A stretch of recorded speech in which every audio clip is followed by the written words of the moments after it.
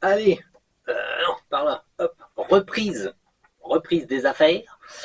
Après petite interruption seulement d'une nuit, hein. J'ai triché d'ailleurs, je vous ai positionné quand même.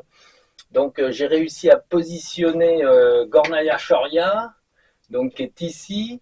Et ce qui est intéressant, c'est que le lac Shira finalement n'est pas très loin. Ensuite, nous avons bon, la pyramide, ça, oui, ça c'est bon. Et le mur de Chousovo, hein, c'est près de Prems, Prems. Donc c'est là, à peu près. Donc je suis sympa, je vous ai mis le trou qui va à l'Agartha. Il y en a un autre on va dire l'Antarctique, mais vous l'aurez pas. Il est trop bas là, vous voyez, l'image suit plus. Et donc là, Groenland comme Antarctique, on a des constructions atlantes qui ont été faites. Ça, c'est pas le problème. Donc les pierres rondes, je vous en ai parlé. Donc la Kazakhstan, un gros mur. Alors Kazakhstan, c'est pas très loin. C'est pas très loin, c'est pas très loin. Afghan, Pakistan, Iran, Turkmé. On a le Kazakhstan pas loin, mais il faut trouver. Tadjik, Kyrgyzstan. Kyrgyzstan, je suis bête, il est là en gros. Allez, donc pas très loin de ça, il y a un gros mur qui traîne qui a été trouvé. Donc voilà, ça c'était pour le Kazakhstan. On n'a que ça dessus. Alors après, on va aller du côté du Japon. Donc Japon, c'est habité depuis un bon moment. Hein. Bon, il y a les fondations, il y a beaucoup de fondations de beaucoup de choses qui sont tout simplement en énormes pierres. Hein. Alors avec un style légèrement différent, ça dépend des fois. Mais en fait, on est sur de l'hypermassif, parce que quand les jardiniers de la Terre ont bâti sur le Japon, ils savaient très bien qu'il fallait faire de l'antisismique. Donc, d'où la logique voulant et aidant. Les murs japonais, les pierres sont en fait relevées dans les angles, les pierres descendent vers le bas et sont plus grosses dans les angles que, on va dire, sur l'ensemble du bâti. Et en fait, la raison étant que les petites pierres ont moins en fait de force pour repousser les grandes pierres. Puisque pour un bâtiment, par exemple, il faut savoir que si vous avez une rangée de bâtiments qui est comme ça, au bout du bâtiment, vous allez obtenir que l'ensemble du bâtiment va pousser, par exemple, pousser le dernier rang, on va dire, de pierre. Pourquoi par dilatation et par phénomène en fait véritablement de la taille du bâtiment. Si vous faites une très grande structure, vous avez des effets de dilatation intense et la plus grosse structure aura tendance à expulser la plus petite. Donc les jardiniers de la Terre, en fait, ils ont simplement bâti les angles en pierre. Au lieu que les pierres soient droites, elles sont rentrantes vers l'intérieur et sont beaucoup plus grosses en moyenne que l'ensemble des cubes de l'ensemble du mur, de façon à peser vers l'intérieur par gravité. Bon, il y a les brochages, il y a tout ça, mais aussi le propre poids de la pierre, en cas de tremblement, va éviter que finalement l'angle soit éjecté de la structure dans le tremblement. Donc ça, c'est juste de la logique. Hein. C'est le fait d'avoir été jardinier de la Terre, ça peut aider à réfléchir. Donc, bon, pas tous, hein, pas tous, je précise. Donc bon, on a qui réfléchissent pas trop.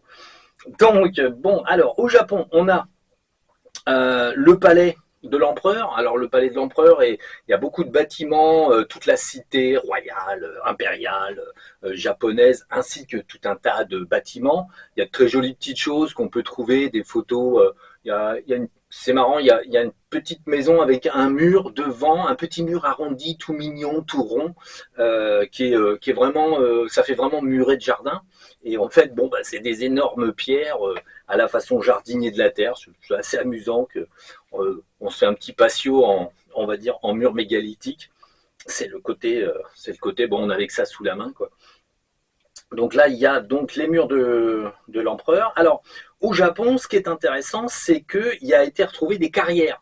Donc, les carrières d'extraction des blocs conservés pour faire en fait, l'ensemble des en fait, grandes routes, certaines grandes routes pavées, hein, jardiniers, et les gros bâtiments. En tout cas, ils ont retrouvé les carrières. Alors, vous avez la carrière de Nokojiniya. Vous avez, il y en a, ouais, il y a une autre, c'est une montagne qui est excavée, c'est euh, Yoshimi et Kiyakuna, avec 216 pièces différentes dans en fait, le seuil d'extraction. En fait, vous avez 216 pièces qui ont été créées où ils ont pris des veines de pierre. Il faut dire que les jardiniers de la terre, en fait, pouvaient rentrer mentalement dans la pierre, ce qui fait que s'ils avaient une mauvaise veine à un endroit, quelque chose où il y avait beaucoup de déchets, bah, ils creusaient pas, ils prenaient pas. Il sentait la pierre. Donc une pierre qui n'allait pas, il la laissait de côté. Il la laissait sur le côté. Admettons qu'il l'extrayait et en l'extrayant, il sentait que la pierre allait casser. Elle n'était pas assez solide proportionnellement à sa taille. Bon, bah, il posait la pierre et il la laissait. Il y en a un exemple en Amérique. Bon, la pierre n'était pas tout à fait top, donc ils l'ont laissé en bord de carrière. Donc là, on a donc des structures à préciser qu'au Japon, les structures de carrière, c'est des carrières nickel. C'est nickel. Tout est droit, tout est parfait. Même l'extraction, quand ils ont sorti la pierre, 1, 2 ou 10 000 pierres, en fait, les pierres étaient sorties tellement propres que même la carrière elle-même, c'est une œuvre d'art. Donc c'est assez intéressant, sachant que nous, les carrières de pierre, en tant qu'humains, c'est juste un tas de gravier, un tas de bordel. Donc bon, voilà, c'est pour faire la différence quand même. Bon, quand on visite les carrières japonaises, les anciennes carrières d'extraction, les Japonais, bien sûr, ont fait le rapprochement puisqu'ils ont pris les pierres, ils ont analysé. Bon, c'est les mêmes pierres de la même carrière. Donc bon, les Japonais sont pas idiots. Bon, néanmoins, ils en parlent pas trop. Quelques chercheurs, quand même, étudient tout ça, puis se grattent la tête. Mais c'est toujours pareil, pas de révélation. Pourquoi? Bah parce que ça va déranger l'ordre établi des choses. Le Japon n'est pas libre, comme tous les pays de ce monde, de dire ce qu'il pense par rapport à quelque chose. On doit tenir la ligne qui a été déterminée, on doit dire les mêmes âneries que tous les voisins. C'est la dictature du silence. Donc là, on a ensuite au Japon, on a des petites pierres qui se trimballent.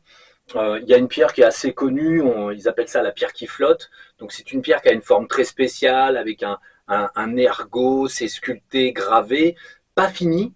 L'avant est fait et finalement l'arrière, on voit que c'est pas tout à fait fini, mais la pierre a été posée de telle sorte qu'il y a une source autour. Et je dirais, alors soit la pierre sert de bouchon, juste à poser ça là, on a dit bah tiens comme ça ils trouveront pas ce qu'il y a en dessous, pas idiot. Et la pierre est elle-même en fait entourée de roches, donc c'est assez étroit comme endroit pour poser une telle pierre. Donc bon, on voit bien que là c'est intentionnel, c'est tout à fait voulu, et c'est tout à fait trop gros. Hein, la pierre fait plusieurs dizaines de tonnes, elle est énorme, elle fait plusieurs étages, je ne sais plus combien elle fait, mais elle est très grosse. Et ensuite, donc on a le château d'Osaka, mais je pense que ça fait partie des trucs de l'empereur et tout. Donc on voit très bien que la fondation, toutes ces fondations sont massives en bas. Et ensuite, au moment où les Japonais, eux, ont rebâti quelque chose par-dessus, bah, c'est petit, c'est en bois, c'est avec des petites pierres. Ah bah c'est humain, quoi. Hein. Faut être logique. Ensuite, on a pyramide de Yonaguni. Alors ça, c'est la grande cité, entre guillemets, qui est en fait Yonaguni, je ne sais pas où c'est, mais en tout cas, c'est enseveli parce qu'en fait, c'était dans le Japon d'avant que les océans montent. Et de ce fait, la cité et tous les vestiges qu'ils ont trouvés à Yonaguni, en fait, sont tout simplement immergés. Pas très profond, c'est là, bon, c'est visitable, c'est facile pour des plongeurs. Donc, nous, on avait regardé. C'est une cité très classique, Atlante, assez cosmopolite. Elle datait il y a moins 25 000 ans à peu près. Elle a au moins 25 000 ans d'existence, mais ça reste une jeune cité Atlante, néanmoins qui a été faite juste avant que les eaux montent. Et bon, ils ont vécu quelques milliers d'années avant que les eaux montent, parce qu'en fait, l'ensemble des calottes a bien fondu, et ça a donné que le niveau des océans a été obligatoirement surélevé. Donc voilà, ça c'était pour le Japon. Donc on remarquera bien sûr que donc on en a là. Alors ici par là, bon, je vous fais juste une petite croix. Vous avez la lune de cristal. Ici la tête de la lune de cristal. Bon, il y a un gros morceau qui est tombé là, qui a tout cassé, certainement de l'enveloppe extérieure. Et en fait, la tête de la lune de cristal, qui était encore assez massive, en fait, est tombée quelque part par là. Donc précisément, on pourrait, mais en fait, ça sert à rien. Je n'aurais pas quelques humains à y voir. Ça ne les regarde pas, en fait. Et puis, ça serait encore pour faire de la merde, donc c'est pas la peine. Donc voilà, ça c'était donc les petits gars. Donc là on est à 7. Donc après 7 a priori c'est 8. J'ai numéroté quand même tout ça, hein. Alors en Chine, j'ai pas détaillé la Chine. Ben, en fait en Chine il y a énormément de choses. Il y a des cités complètes, on voit des pyramides. C'est très simple, hein. Bon, il y a des formations rocheuses en forme plus ou moins de pyramides. Mais il y a aussi très clairement des endroits où c'est pas que ça saute aux yeux, c'est que ça se jette sur vous littéralement. Vous êtes à un endroit, vous regardez, vous avez des pyramides qui sont disposées tout à fait parfaitement devant vous. C'est tout à fait ordinaire. Donc en Chine, il y a pas mal de choses qui ont été trouvées. Il y a pas mal de fondations, murs. La Chine, la culture chinoise est ancienne, mais on va dire, elle n'est pas issue de nulle part, hein. Les Chinois sont pas nés dans les choux. Donc la Chine, c'est blindé quand même aussi de beaucoup de choses. J'y reviendrai un peu. Après, je referai peut-être une vidéo pour compléter les endroits, pour, on va dire, bon, il y a ci ou ça. Mais c'est un endroit où c'est malheureusement, ça c'est pas trop documenté, parce que la Chine c'est grand et il y a pas trop d'intérêt pour ces choses-là. Les gens vivent et puis s'intéressent pas aux méga structures, donc c'est pas très en vogue en fait d'aller en Chine pour chercher des méga structures. Alors ensuite, Nouvelle-Zélande, on a un mur qui s'appelle le mur de K-A-Y Manawa, donc Kemanawa ou Kaimanawa. Donc Nouvelle-Zélande, nous sommes où? Nouvelle-Zélande, là on a Madagascar, la New-Zélande, on l'a perdu où? Bon, on a peut-être petit dans Nouvelle-Zélande, ouais, je sais plus où elle est. Bon, le Sri, Philippines, Malaysia, non, bon, on n'aura pas la Nouvelle-Zélande. Ah, quand même.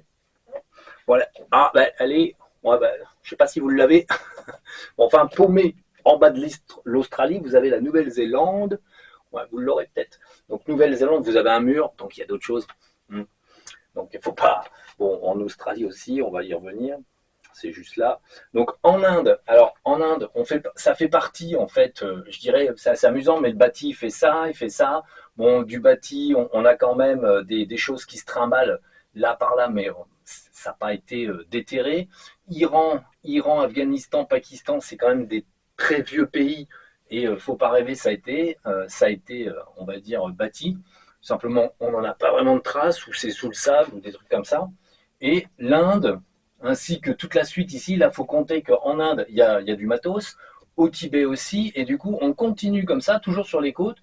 Thaïlande, Cambodge, on a tous les temples qui sont soi-disant Khmer, machin, truc, bidule, mais on verra que bon, les Khmers, ils faisaient pas que tout ça. Donc en Inde, on a Ramsetu. Alors, petit détail, Ramsetu, c'est le pont. Alors, c'était une légende hindoue et sri-lankaise, en fait, une légende comme quoi, entre le Sri Lanka et l'Inde, il y aurait eu un pont bâti par le dieu machin, patati. C'est des singes géants qui l'auraient fait, patati patata.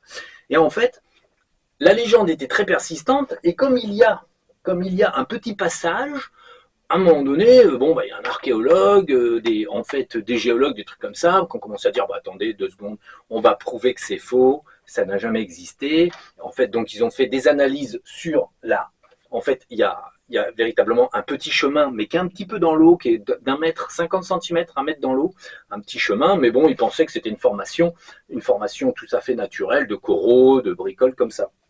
Du coup, ils ont analysé et ils ont creusé et ils ont surtout foré pour regarder en fait en quoi c'était fait. Bon, c'était très facile, hein, il n'y avait plus qu'à marcher dans l'eau, il fait chaud par là, donc bon, ils ont fait des petits carottages, ils ont regardé les structures et en fait, ils ont vu que c'était des structures artificielles à couches successives et qu'il y avait de la roche et qu'il y avait donc du pavage et tout ci, tout ça. Donc en fait, avant, il y a un certain temps, en fait, le petit passage était hors d'eau quand il y avait moins d'eau, et de toute façon, il y avait une route pavée qui allait donc des deux du pays d'Inde jusqu'au Sri Lanka. C'était tout simplement une route qui était faite, les gens pouvaient l'emprunter tranquillement. Ça, c'était du temps Atlante. À l'heure actuelle, comme les océans ont bien monté, il y a à peine de l'eau dessus, mais il y en a. Et donc le mythe, en fait, a fini par être prouvé bêtement, en voulant prouver que c'était un mythe et que c'était pas vraiment ça, ils ont fini par dire, bon, bah d'accord, c'est peut-être pas les singes géants, mais en tout cas, ça a été fait par, soi-disant l'homme, bien sûr, hein, ça a été fait par l'homme avec ses petits bras musclés. Certainement des Romains ici d'ailleurs, hein, des Romains ou des Égyptiens, quand même, on n'est pas très loin, là, en prenant une petite barcasse, finalement, c'est pas loin, avec des petites boules de pierre. Ça peut se faire, hein, tout est possible. Enfin, dans la science actuelle. Donc, donc on a Timgad de grotte de Baga. Timgad, alors Timgad, les grottes de Baga, c'est, je crois que c'est celles qui ont été creusées, oui. Oui, point d'ancrage. Bon, c'est un point d'ancrage déjà. Il y avait un bassin, il y avait de l'eau qui coulait, et l'eau bien sûr était bonne pour la santé, on va dire. Non, ça c'est l'autre, ouais. Timgad très connu, hein, là-bas. Chez nous, beaucoup moins. Mais nous, on a regardé vite fait. Bon, il y a un point d'ancrage. Donc, un bassin, à un moment donné, ben là, il n'a pas été retrouvé, ce bassin-là. Certainement qu'il est couvert de terre, donc ils n'ont pas vu que c'était un bassin. Ils se sont imaginés que c'était peut-être une esplanade, mais en fait, bon, ben, il y a un bassin. Il y avait de l'eau et les gens allaient certainement se baigner pour se rafraîchir et surtout se soigner. Ensuite, on a Kelassa. Kelassa, alors ça, c'est un temple directement qui a été excavé totalement en fait dans la roche. Là, c'est vraiment une excavation massive. On retire tout et les jardiniers de la terre quand même se sont dit, allez, touche d'humour, on va leur faire voir qu'on a fait ça différemment là ou là. Donc, dans ce temple, à un moment donné, très au fond, en fait, alors on a deux styles dans le temple. On a le brut excavé, tout est droit, tout est carré, tout est nickel. Et ensuite, on a le décoré. Et en fait, je pense qu'ils n'ont pas eu le temps de finir, tout simplement, hein, parce que tout le temple au fond est pas du tout décoré, et tout le temple en surface, lui, est décoré. Bon, en plus, il y a un quelconque abruti dans les siècles suivants qui s'est dit non, moi, de toute façon, j'aime pas ça, vous me détruisez toutes les sculptures. Donc le gars, c'était un, je sais pas quoi, un vizir ou vizirette, un truc comme ça et il a ordonné que les sculptures soient cassées. Et en fait, au bout de plusieurs années où les mecs qui cassaient les sculptures, en fait, ils avançaient à rien. Le roi leur a dit, mais pensant, c'est pas difficile, vous cassez tout. Mais en fait, le problème, c'est que là, le monument est tellement vaste qu'ils sont arrivés à en casser, mais finalement, pas tant que ça. Parce qu'en fait, à la main, casser les sculptures, juste un peu les abîmer, c'était facile, d'en enlever un peu. Mais en fait, casser des sculptures à des endroits et les gommer totalement, en fait, était très complexe. Parce qu'il y en avait tellement que c'était en fait un ouvrage de titan. Bon, dans ce temple-là, il a été excavé énormément de roches qui n'ont jamais été retrouvées. Il y a un contrebas, on aurait pu s'attendre à en fait une montagne de gravats en contrebas. Il n'y a strictement rien. Il n'y a pas de gravat, il n'y a rien. Et petite astuce, comme en Égypte d'ailleurs, dans un temple égyptien, il y a un endroit où bon, c'est excavé, c'est carré, c'est propre, et à un endroit, on voit que la roche aurait comme coulé. Les marches sont un petit peu. Il y a un endroit où on voit que comme si la roche avait été liquide à un moment donné. Bon, petit clin d'œil de la part des jardiniers de la terre pour les abrutis qui viennent après, pour dire, voyez, la roche coule. C'est pour ça que vous trouvez rien nulle part. Donc bon, les petits gars là sur le temple de Kelassa, ils ont fait des calculs et ils ont fini par déterminer qu'il avait été enlevé plus de pierres qu'il n'en restait. Tout simplement, bon, il y a le temple, les murs, les machins, les trucs, mais finalement, le tonnage et le volume sont plusieurs fois supérieurs à la pyramide de Khéops, il me semble, et surtout, le volume, en fait, est plus important enlevé que laissé. Et, et en fait, voilà. Donc après, techniquement, donc pour faire ça, gratter de la pierre comme ça, comme des couillons, 24 heures sur 24, avec tout un tas d'ouvriers, il aurait fallu plusieurs siècles pour en arriver là. Donc bon, voilà, c'est... Bon, parce que les gars, bon, 24 heures sur 24, on peut pas. Donc, bon, admettons, même si les gars, ils bossaient 10-12 heures par jour à casser du caillou, ensuite, les gars, faire les finitions, les petites statues partout, excaver, sortir les gravats, il y en aurait eu pour quelques siècles. Quoi qu'en disent, on va dire, toutes les personnes qui font des calculs fumeux et qui n'ont jamais travaillé la pierre. Donc, bon, surtout avec des outils primitifs, des petites charrettes primitives, des petites brouettes primitives, hein. Parce que bon, ils datent ça à 6000 ou 8000 ans, et ensuite ils vous disent que ouais, mais c'est pas grave, ça n'a pas pris longtemps, c'est le roi machin qui l'a fait. Ah oui, bien sûr. Et pourquoi pas. Donc ensuite, nous avons... Alors on a Maliabad, Karnataka, près de Karnataka, beau mur avec des belles sculptures. Bon, en Inde, quoi qu'il arrive, on est sur un style qui diverge profondément de l'Égypte. Là, on commence à avoir des sculptures très fines, on va dire, très fines, très détachées, un style très fourni, parce que les jardiniers de la terre qui étaient là et ceux qui étaient là, bon, bah, c'était pas les mêmes. En Inde, on avait les dragons, donc leur inspiration, et le peuple qui était là aussi avait des inspirations en fait différentes. Donc ils aimaient plus de motifs, ils aimaient plus de détails, donc ils s'éclataient à faire les détails. Il y a beaucoup de vidéos en ce moment qui tournent sur bon, bah, tout un tas d'astuces de taillage de pierre en Inde, dans tous ces pays-là. En fait, là, il y a tout un tas d'astuces des petites colonnes qui tournent, des boules dans les bouches, des détails. Il y a des personnes qui font remarquer que, par exemple, certaines statues hindoues, à l'époque, portaient des soutiens-gorge. C'était assez amusant. Le gars, il teinte en rouge un petit peu les choses. Bon, un soutien-gorge comme on en fait aujourd'hui. Alors que à l'époque, peut-être quand même compliqué de faire ça. Hein. Non, non, ben, la personne et un petit gars, il montre certaines sculptures précises sur un temple, qui sont un petit peu sur le bas du temple, et il montre littéralement genre une automobile. Une sorte d'automobile, une sorte d'avion, une sorte d'hélicoptère, et c'est là, c'est dans les sculptures. Alors effectivement, sur l'ensemble, si vous visitez, vous allez tout regarder, vous n'allez pas voir les détails. Il faut passer du temps, il faut regarder ça précisément, chacune des sculptures précisément, et tomber sur le détail qui est anachronique ou le détail qui tue. Donc bon, là, visiblement, des sortes de charrettes à moteur, on ne sait pas trop, mais en tout cas des roues, une sorte de carrosserie, un hélicoptère, des choses comme ça. Donc bon, c'est amusant quoi. Les mêmes types de sculptures qu'on va retrouver dans, je sais pas, non c'est pas Abydos, mais c'est peut-être Abydos. Donc dans le temple d'Abydos, bizarrement, c'est peut-être pas Abydos, hein, mais on a retrouvé une sorte d'hélicoptère, une sorte de vaisseau, une sorte de truc. Bon, après, bien sûr, les archéologues ont dit, mais non, mais c'est parce que c'est un hiéroglyphe qui a été effacé. Pas du tout, en fait, c'est parce que les gens voyaient ça, donc ils gravaient ça, c'est tout. On fait une photo de paysage avec ce qu'on a, bon, bah là, ils gravaient ce qu'ils voyaient tous les jours, des engins qui volent, des engins qui roulent, bah oui, en fait, ils font de l'art figuratif, c'est tout, quoi. Certains s'amusaient à faire de l'art figuratif, bah, parce que sur le temple, il y avait un petit peu, bon, on écrivait des trucs qui étaient, bon, que machin a fait ci, patati patata, on écrivait des trucs, mais aussi, parfois, on décorait avec ce qu'on voyait. Donc, et ça, donc, on le retrouve en Égypte, on le retrouve en Inde, des trucs anachroniques, des sculptures c'est très clair, on voit très clairement que c'est pas du tout du matériel d'antan, c'est du matériel, en fait, tout à fait moderne qui est sculpté. Et ces sculptures ne sont pas datables, puisqu'on peut dater la pierre, mais on ne peut pas dater la sculpture.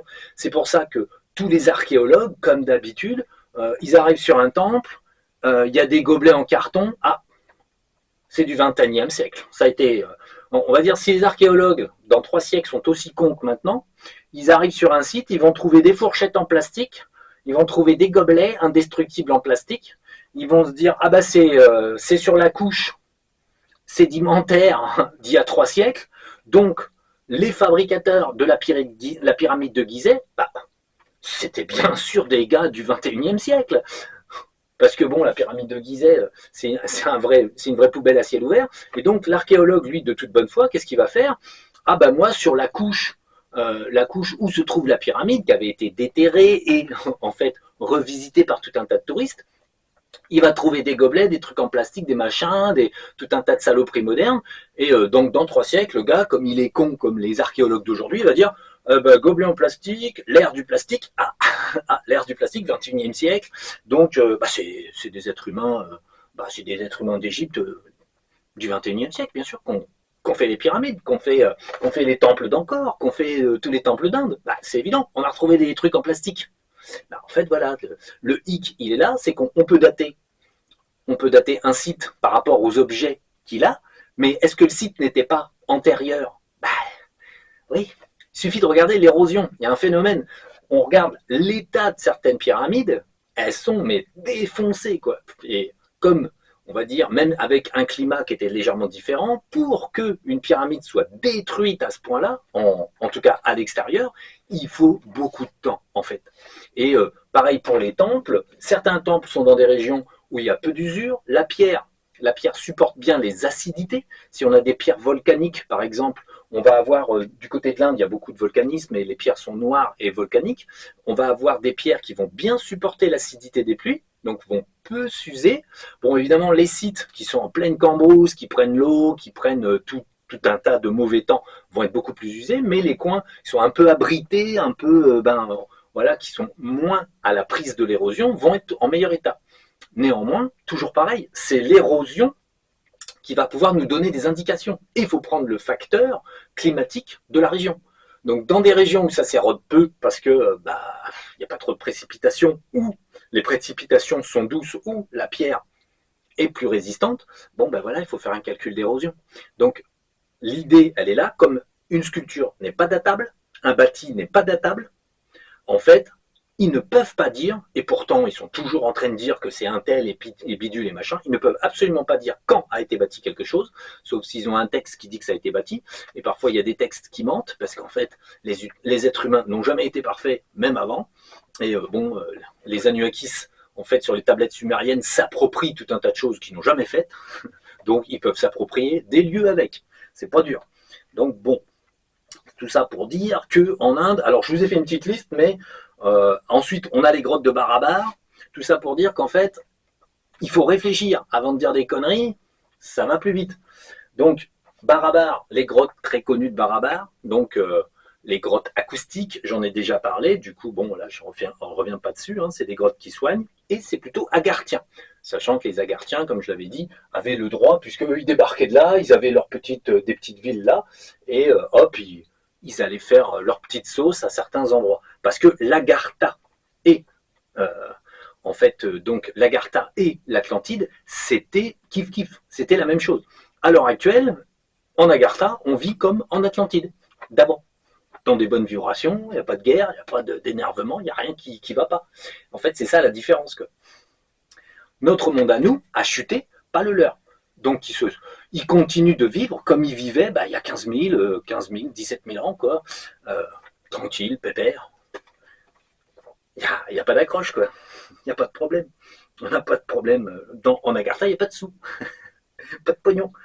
Alors on a, ce qui est amusant, c'est que là, les hindous, comme ils ont une certaine mémoire, quand même, parce qu'on a des écrits hindous qui datent de 7000, 7700 ans, des trucs comme ça, ils ont quand même conservé des traces plus ou moins de la civilisation d'avant. Et on a en fait à Krishna avec un petit accent et ensuite un S, donc Krishnaz, c'était comme ça sur la vidéo.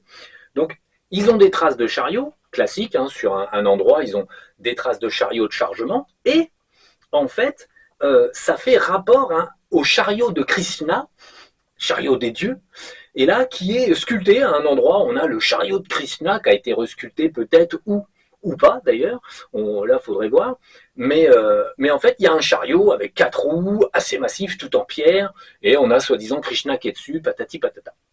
Donc là, voilà, c'est assez intéressant parce que la légende, en fait, les traces de roues, les traces de chariots des dieux qui faisaient des traces dans le sol, est expliquée par un phénomène de légende avec une sculpture comme appui pour dire ça, c'est le chariot de Krishna. Bon, c'est amusant, mais c'est un peu comme une petite trace mémorielle de ce qui aurait été.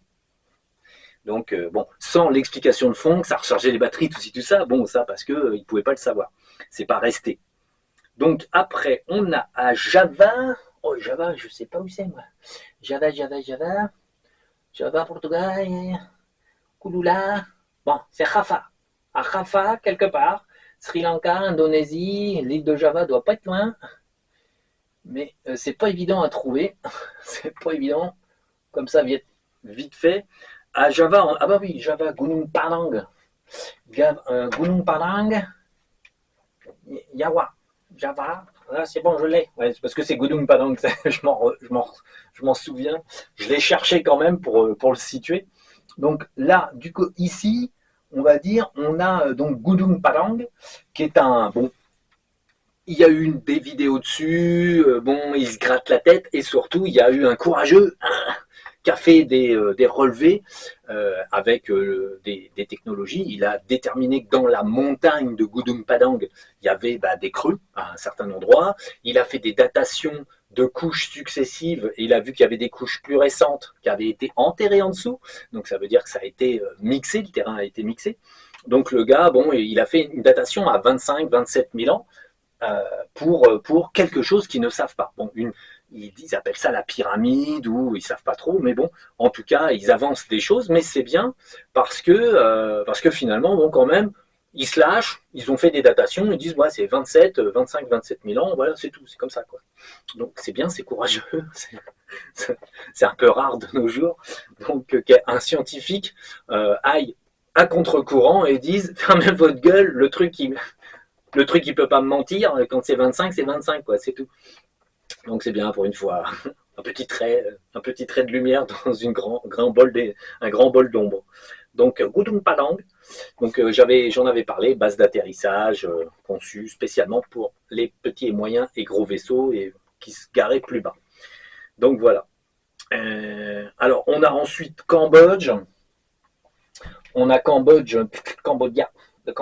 Ici on a de toute façon, donc tous les temples genre Khmer qu'on a associés au Khmer, hein, donc on a Angkor Wat, on a tous ces temples-là. Il y en a des chiés plus d'états parce que on va dire le climat était bon. Donc si vous regardez des vidéos, il y a des fois vous avez des petites pierres avec des petites choses, et puis très rapidement vous allez voir que les sculptures sont hyper grandes, et puis que les blocs eux-mêmes sont ajustés au dixième. Bon, parfois il y a un petit séisme, donc ça a bougé, mais on voit des socles parfaits avec des énormes blocs et c'est sculpté sur tout le long. Et il y a certaines personnes qui font remarquer quand même, ils prennent des petits éléments et puis ils font remarquer qu'il y a une rectitude parfaite de la pierre sur 1 mètre, 2 mètres, 10 mètres, 20 mètres. Bon, voilà quoi. Chose qu'on ne pourrait pas faire de nos jours. Bon. Et pour que ça reste en place comme ça, il faut de sacrés terrassements aussi. Parce que la Terre, ça bouge, donc bon, avec quelques milliers d'années de plus, c'est quand même bien que certains trucs soient restés debout, quoi. Donc voilà, Australie. Alors Australie, il n'y a pas grand-chose, bien que ça soit une très vieille, on va dire, un très vieux territoire qui n'a pas trop bougé. En fait, c'est assez amusant parce que la sismicité contourne l'Australie, mais la plaque elle-même australienne, ici, là, la plaque australienne bouge pas trop elle-même. Donc l'Australie n'a pas trop bougé. Alors en Australie, on a quand même le temple du multivers. Bon là, je le dessine pas, mais je fais un bon point. Le temple du multivers, lui, il est extrêmement vieux. Donc la dernière fois, je ne sais plus combien on l'avait daté, mais il est extrêmement vieux. Bon, c'était vraiment quelque chose de jardinier, absolument pas destiné aux humains. C'est vraiment une base, hein. On atterrit, on fait des trucs, on prend le café, on repart, voilà. Et ensuite, ah oui, le petit détail. Il y a en Australie, bizarrement, alors là, c'est plutôt les Hauts-Parts, on va dire. Donc, on a un endroit où il y a sur de la roche, il y a gravé des hiéroglyphes. Assez simple, assez, on va dire, enfantin finalement. Donc des hiéroglyphes sur la roche comme ça, bon, on pourrait croire à un canular. Bon, néanmoins, c'est sur de la roche ancienne, c'est un endroit paumé, et pourtant, pouf, il y a des hiéroglyphes. Donc ça reste un mystère. Alors on a un peu éclairci le mystère pour se marrer quand même, puisqu'il n'y a que nous qui pouvons faire ces choses-là. Donc là, c'est assez amusant. En fait, pendant la période Atlante, donc il y a au moins 15 ou 20 000 ans, en fait, il y a un gamin jardinier de la Terre, hein, qui était un jeune.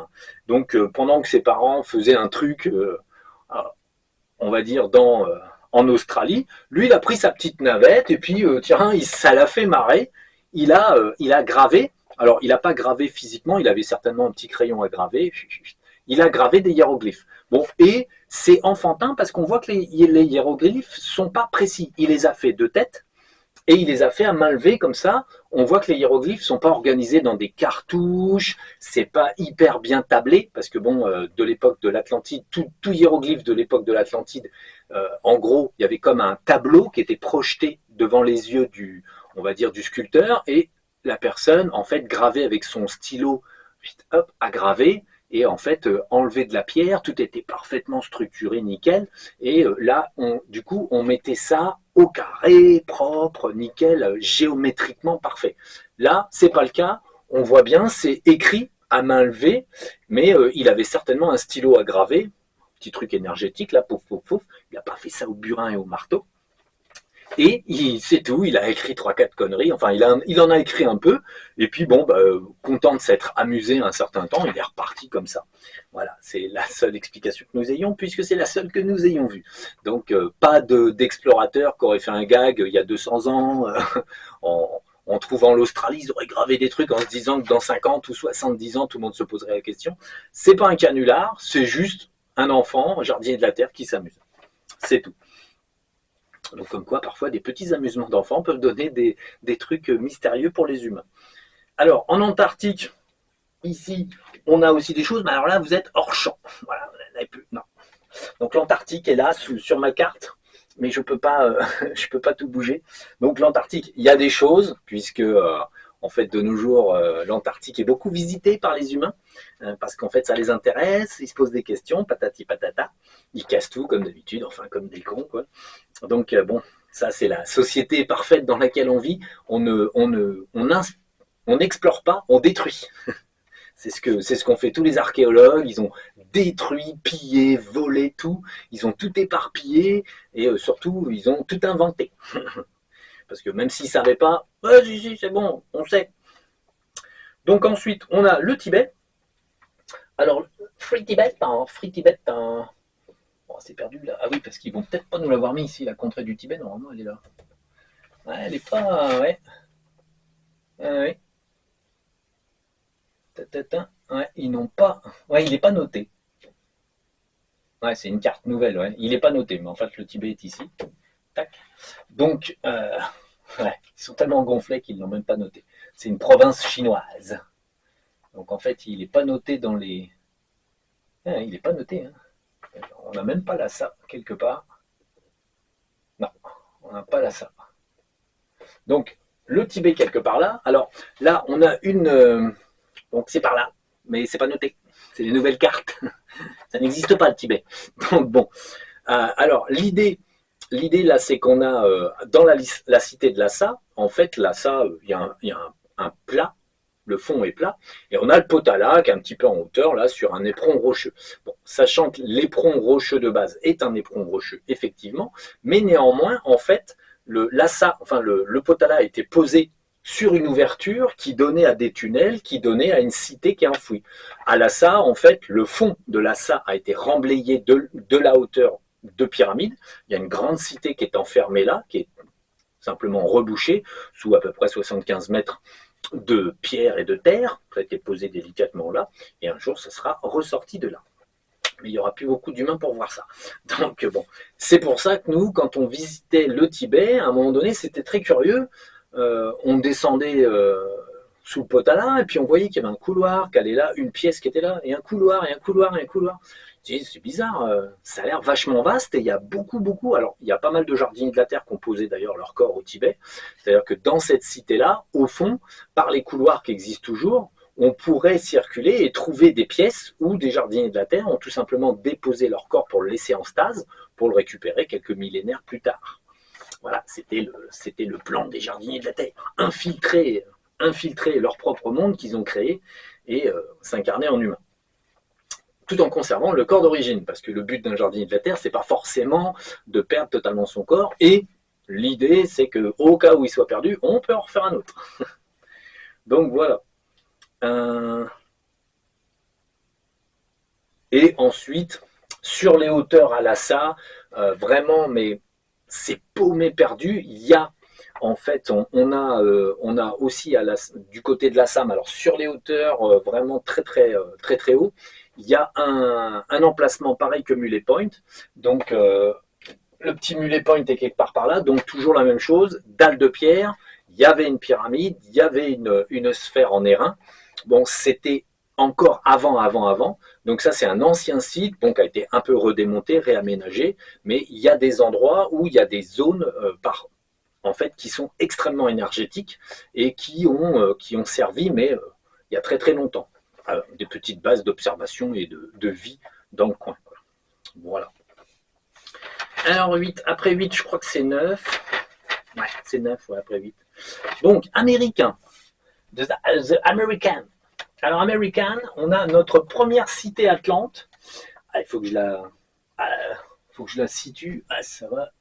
Dans le Montana. Bon, bah ça va, c'est dans le Montana, donc ça va. Alors, dans les Rocheuses du Montana, on a le mur. On a le mur des, comment dire, ils appellent ça, le mur des sages. Donc quelque part par là, vous avez une cité qui est enfouie. Je vous la fais parce qu'elle est enfouie. À Lhasa, bah, ouais, tu parles. Il n'y a rien. Bon, allez, on vous fait un point ici. On a une cité enfouie aussi. Donc, dans le Montana, le mur des sages est connu. Alors, ça n'est que quelques murs avec quelques pierres qui ont été trouvées. Bon, il y a déjà un petit moment. Bon, bah, les gens y vont visiter, ils savent pas trop ce que c'est, mais en fait, pour de vrai, il y a une très grande cité qui est là, qui est pareil, enfouie. Alors, elle, c'était l'une des premières avec. Alors, on va trouver Muley Point. Donc là, lui, Muley Point, c'est dans l'Utah. C'est pas évident, il y a des couleurs qui sont un peu moches. Texas, New Mexico, Utah. Utah et ouais, ce serait là, ouais. Donc, ces deux cités ont quasiment été faites en même temps. Elles sont enterrées toutes les deux. Donc, on a donc du côté de Muley Point, par rapport au plateau, en descendant, moi je vois bien, mais bon, par rapport au plateau, plutôt dans le sens, oui, dans le sens comme ça, on va dire, dans le sens d'arrivée, en fait, par rapport au plateau de Muley Point, il y a une cité qui est là, qui est enterrée. C'était une cité pour les jardiniers de la terre. L'une et l'autre ont été faites quasiment en même temps et en fait étaient liées aussi énergétiquement parlant. Donc, elles avaient des éléments complémentaires. Donc, en fait, ces deux cités datent du tout départ. Elles ont été faites il y a 150 000 ans. Bon, certaines sont encore avant. Hein. Donc, en Australie, il y avait un truc ici aussi, ça datait d'avant. Mais je dirais, ça, c'est les cités qui ont été faites début d'Atlantide. Pour installer les jardinières, poser les valises, mettre les petits cadres sur les murs, dormir quelque part, alors qu'ils ne dorment pas. Donc, bon, voilà. Donc, c'était les premières cités. Ça, ce sont donc des cités qui ont 150 000 ans. Quand ensuite, on a regardé, là, il y a moins 60, moins 70 000 ans, comme l'Atlantide se développe et il y a de plus en plus d'êtres humains et on fait une Atlantide beaucoup plus pour les hommes, on loge les hommes un peu plus, donc elles sont recouvertes pour être tout simplement conservées, pour ne pas s'abîmer, tout simplement. Et celle-ci, là, on a regardé son nom, alors c'est amusant parce que comme c'est la cité où Vabelmis a beaucoup participé parce que c'était lui, entre guillemets, le chef de projet au départ. Donc Vabelmis, lui, elle s'appelait Vatek. Donc bon, c'est assez amusant. On avait le nom de la cité. Donc bon. Ensuite, on a Muley Point, dont je vous ai déjà parlé. Donc Muley Point, grande surface. Il y a une vidéo qui est dédiée, donc je ne vais pas m'étaler. Donc la chaîne pour aller voir visuellement, c'est toujours POV Channel, POV en majuscule Channel. C'est un truc américain. Et si de toute façon vous tapez Muley Point sur Internet, sur YouTube, Muley Point, et admettons POV Channel, POV Channel, et vous tomberez sur une vidéo, il y a des gros blocs photographiés, et vous regardez celle qui est la plus colorée, où les blocs sont très colorés.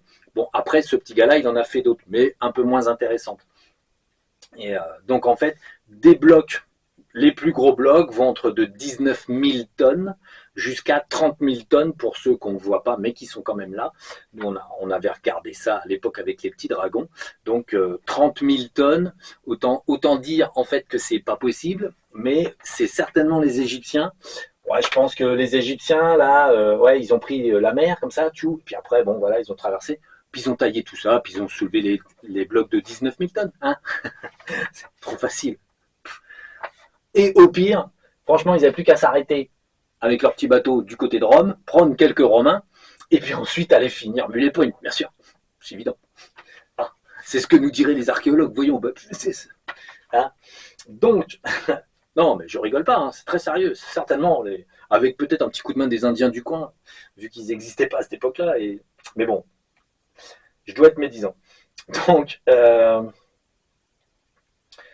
alors, donc voilà. Donc là, on a ces deux-là. Il y a certainement, quand même, il y a certainement quelque part, bon, là, par là, il y en a, mais il y en a certainement par là. Alors ici, il n'y a certainement pas grand-chose, parce que c'est un terrain qui est complètement minchi. Et ici, c'est hautement sismique, donc les jardiniers de la Terre n'ont pas forcément fait quelque chose. Mais là, ici, c'est vraiment, on va dire, minchi. On voit très bien que ça doit dater d'une ère où ça en a pris plein la gueule. Et prochainement, ça en reprendra plein la gueule. Ici, ça va être beaucoup chamboulé, comme ici d'ailleurs. Mais donc, pour l'instant, pas trouvé de reste. En tout cas, je dirais sur les vidéos qu'on peut regarder partout sur l'archéologie officielle, il n'y a pas de reste ancien qui se cache par là. Mais en tout cas, les premières cités étaient ici. Ensuite, on a de là, on va dire jusque là tout ça, et même par là, parce qu'en fait, ils ont trouvé beaucoup de cités dans la forêt amazonienne. Donc, Amérique du Sud. Euh, Alors là, oui, bon, c'est un petit site, ça c'est un truc que j'ai vu en passant. Donc Amérique du Sud, on a Kajarumi à 4500 mètres d'altitude, quelque part. Là, c'est quel. Ouais. Kajarumi, ouais, bon. Il y a certainement plus de choses parce que le gars qui a fait la vidéo, en fait, il a juste trouvé des petits trous, des petites excavations en haut de quelque chose. Mais ça a l'air complètement détaché de tout. Alors bon, il y a forcément autre chose qui n'a pas été trouvé parce que c'est voulu. Mais bon, c'est assez amusant. On a le lac Titicaca, bien sûr, bon, qui lui-même, en fait, appartient. Alors, où est-ce qu'il est? Pérou. Ouais, on va pas avoir forcément. Ouais, ça va être compliqué. Bon, c'est sur les hauteurs. Donc, on a le lac Titicaca. Bon, lac Titicaca, en fait, il y avait sur la cité de Tiwanaku un quai. Et en fait, bon, comment dire, les archéologues ont quand même déterminé que finalement le lac devait être plus grand à un moment donné parce qu'il y avait des quais en fait sur la cité de Tiwanaku, cité jardinière de la Terre, et en fait lors des catastrophes naturelles dues à la chute de la lune de cristal, tout simplement, il y a une brèche qui s'est faite et le lac a perdu en hauteur, et du coup les quais en fait de la cité de Tiwanaku sont complètement détachés du reste. Donc c'est du coup c'est idiot, mais c'est comme ça. Donc il a été retaillé des structures proches du lac, un petit peu plus bas, des sortes de petits bancs, de choses comme ça qui devaient servir encore à autre chose. La cité de Tiwanaku date d'il y a 50 000 ans, donc elle n'est pas toute jeune. Et on a des gradins à Kamania ou Kamana. Donc c'est toujours vers Tiwanaku. Hein. Ça, et là, je ne sais pas si on peut la trouver. Pérou. Ouais, non, on va remarquer qu'il y a des lacs là. Ouais. La Paz. Non. Non, on va pas trouver. Si on ne sait pas exactement où c'est ça le problème. Il faut. Moi, là pour cadrer les points, j'ai regardé sur mon portable sur Google Earth parce que là, pour cadrer les endroits, très, très compliqué.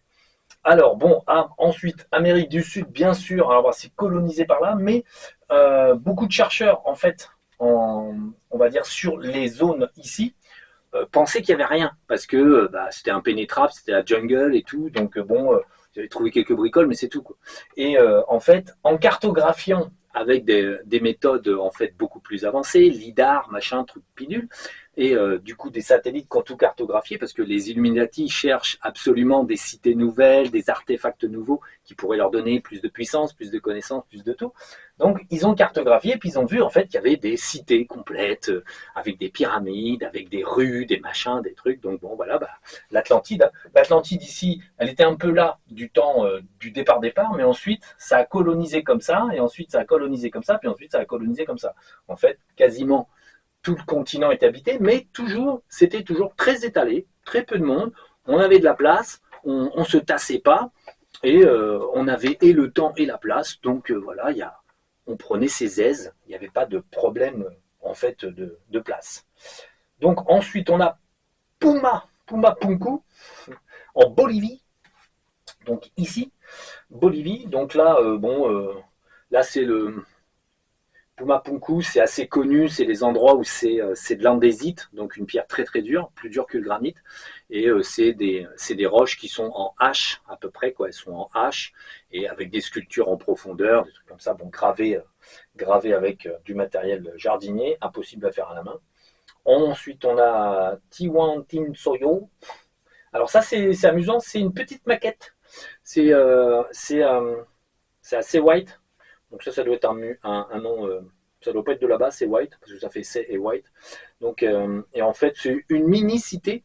On ira voir un de ces quatre à quoi ça servait. Ça fait comme une maquette. En fait, ça fait une roche avec tout un tas de petits détails, avec tout est gravé dans un seul bloc de roche, et ça fait une mini-cité. Donc je pense que c'était plus une sorte de plan 3D, peut-être pour les enfants ou un truc comme ça. Pour avoir une idée de comment était fait une des cités, quelque part. Ça fait vraiment maquette, c'est ça qui est amusant. Donc, au Mexique, on a Mapimi, donc Mexique, par là, Mexico.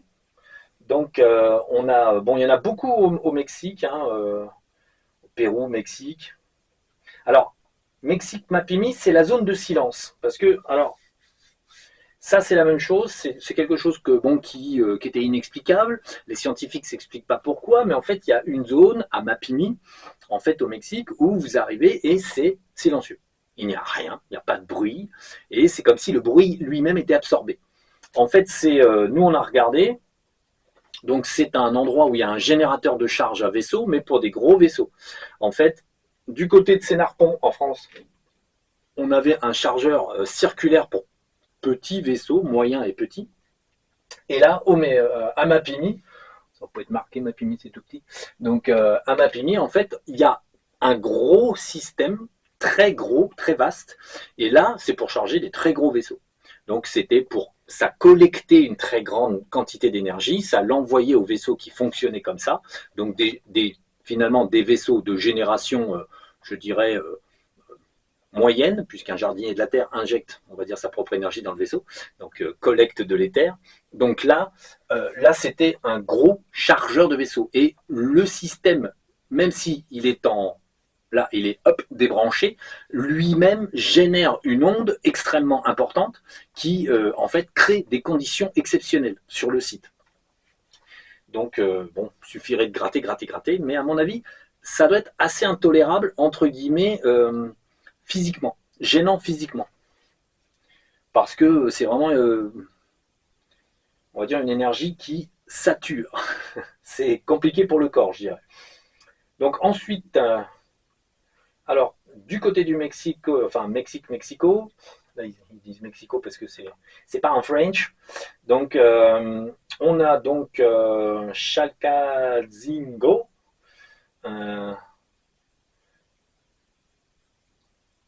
très peu, ouais, des petits restes Olmec. Alors, près de Mexico, on a Mitla. Alors là, c'est marrant, Mitla, c'est très carré.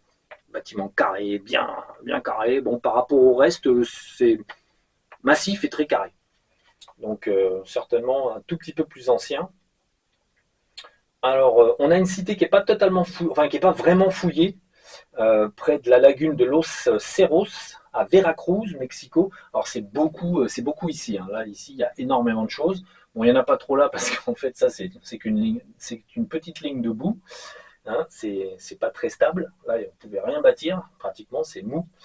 Donc, ensuite, on a Milta, Mexico, cité complètement fouillée. Oui, Pérou.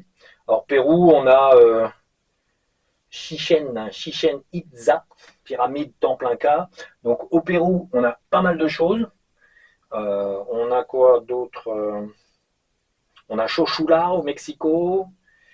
Chochula, Mexico, très grande pyramide, plusieurs époques. Alors, il faut savoir que les Incas aussi, en fait, faisaient du rhabillage. C'est-à-dire que, par exemple, vous aviez une belle structure Inca. Et en fait, les Incas rhabillaient avec de la terre et des petites pierres pour cacher. En fait, à un moment donné, soit la cité était habitée, avec des Incas de l'après-génération de l'Atlantide, et ils avaient le souci de cacher aux étrangers qui allaient venir, parce qu'ils savaient que des étrangers allaient venir. En fait, ils ont caché certains temples. Donc, ils ont bâti des pyramides à paliers, en petites pierres et en terre, parce que c'est appuyé sur quelque chose qui est en dessous. Donc, ils cachaient à l'envahisseur ce qui pouvait exister. Et aussi, certains Incas avaient compris que Isis et tout ça était mauvaise, donc ils ont fait mine en fait de dire oui, oui, madame, on va faire comme vous voulez, et ensuite, en parallèle, ils cachaient les monuments, ils cachaient les entrées, ils cachaient tout, parce qu'en fait, ils voulaient pas que l'ombre récupère ce genre de choses. Il y a une certaine population des Incas et toutes ces personnes en fait qui ont cédé à l'ombre, et d'autres qui n'ont pas cédé, qui sont restés sur en fait la mémoire de l'Atlantide et qui n'ont pas voulu céder à l'ombre, et donc ils ont beaucoup rhabillé. C'est pour ça qu'à certains endroits c'est tout moche, c'est des petits talus avec des petits murs, avec des petites pierres, on se dit bah, c'est nul, et en fait quand on rentre dedans, bizarrement c'est fait de grosses pierres. Donc en fait, c'est fait en grosses pierres, il faudrait retirer les talus de petites pierres, et là on découvrirait une structure monolithique classique, type, on va dire, les gros monolithes péruviens et partout où il y en a, quoi. Donc, on a donc Pérou, Chalula. Donc là, c'est une. Alors, Silustani, au Pérou, petite tour ronde. Alors elles sont assez connues. C'est des petites, c'est pas très grand. C'est fait en blocs hyper massifs. Des petites tours qui sont distribuées. On va dire donc utilité. En fait, il faudra qu'on regarde vraiment l'utilité parce que ça fait penser à des greniers à grains. Enfin, pour moi, en termes d'utilité, je me dis une petite tour bien isolée en bonne pierre. Bon là, les assemblages sont hyper techniques. Toutes les pierres sont convexes, concaves, joints nickel. Bon, pour celles qui sont en état, mais même pour celles qui sont effondrées, à certains endroits, on voit que toutes les pierres ont été conçues convexes, concaves. Et en fait, les assemblages qui doivent se faire l'un contre l'autre étaient convexes, concaves et s'emboîtaient parfaitement les uns dans les autres. Ça assurait, on va dire, une tenue au tremblement de terre, au mouvement de terrain, aux choses comme ça, en fait. Même s'il y en a qui sont tombés, elles sont certainement tombées dues à des petits problèmes sismiques et des petits problèmes de lune de cristal, de petites fins du monde et compagnie à cette époque-là. Donc ça, elles sont amusantes ces petites tours, on ira voir, mais bon, moi je vois qu'une seule utilité, plutôt des stockages de grains, parce que mettre des petites tours à certains endroits n'a aucun intérêt, donc sauf s'il y avait vraiment quelque chose de spécial à faire, mais bon, il faudra qu'on aille voir l'utilité des petites tours, c'est plus ça. Donc, Silustani, alors après on a Pérou, Chaltón-Ha et Izamal, oui, Mexico, ville perdue, des petits bons là. Au Mexique, là, il y a plein de trucs paumés, perdus, c'est introuvable, enfin bon, et il y en a encore non trouvés. C'est beaucoup de choses à voir. Alors là, on a Zibil Chaltum, cité complète. Bon, on a évidemment là, on va dire sur toute la cordillère des Andes et puis tous ces sites-là, on a des belles cités complètes, nickel, complètes, hein, grandes, spectaculaires. Donc ensuite, on a Comalcalco, ville complète aussi. On a Cuicuilco. Cuicuilco. Pyramide circulaire. Elles sont assez rares, les pyramides circulaires. Bon là, Cuicuilco, la pyramide circulaire, c'est du rhabillage, puisque elle est faite en terre et en petites pierres. Elle est associée aux Incas, mais c'est un rhabillage, il y a certainement quelque chose en dessous. Et ensuite, on a Uxmal, cité complète, deux époques. On voit très bien un bâti massif et un bâti plus subtil, on va dire. Donc ça, c'est parce qu'en fait, à certaines époques, ça a été habité, il y a eu des petits tremblements de terre, des choses comme ça, et ensuite, on a décidé de rebâtir, on a tout ramassé, on a anti-patatraqué tout ça, on a repris les bonnes fondations, puis on a rebâti dessus, quoi. Et ensuite, Amérique du Sud encore, on a Texcoco, oui. Alors, il y a du rhabillage, là, pareil. Ensuite, on a Xochitecalt, pareil, c'est du rhabillage. Bon, Teotihuacan, évidemment, cité du serpent, bon, il y a serpent à plumes et tout ça, quoi. Bon, il faut savoir qu'il y a eu l'époque après Atlantide, où il y a eu des bas-reliefs de refait, en fait, qui ont été retaillés avec les techniques de l'Atlantide, c'est-à-dire que là, Isis et sa bande imposent son ordre, l'ordre de l'ombre, et on remasterise un petit peu les cités, on resculpte, on profite de l'existant qui est peut-être un peu trop carré, un peu trop vide de sculpture, et on va graver des choses, faire des sculptures, parce que le serpent